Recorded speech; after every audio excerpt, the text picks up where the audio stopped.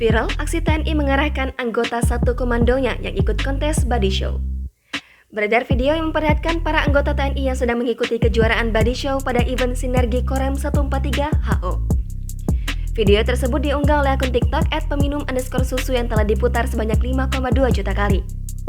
Dalam video tersebut, terlihat ada beberapa anggota TNI yang sedang mengikuti kontes body show. Mereka dengan percaya dirinya menunjukkan tubuh atletis yang mereka punya itu.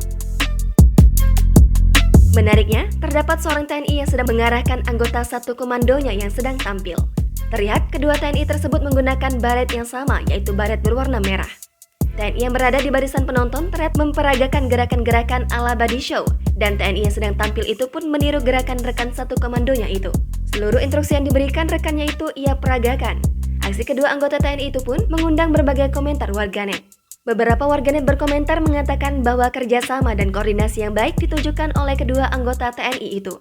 Banyak warganet yang juga berkomentar berharap dapat menjadi anggota TNI dan mendapatkan baret merah Kopassus itu.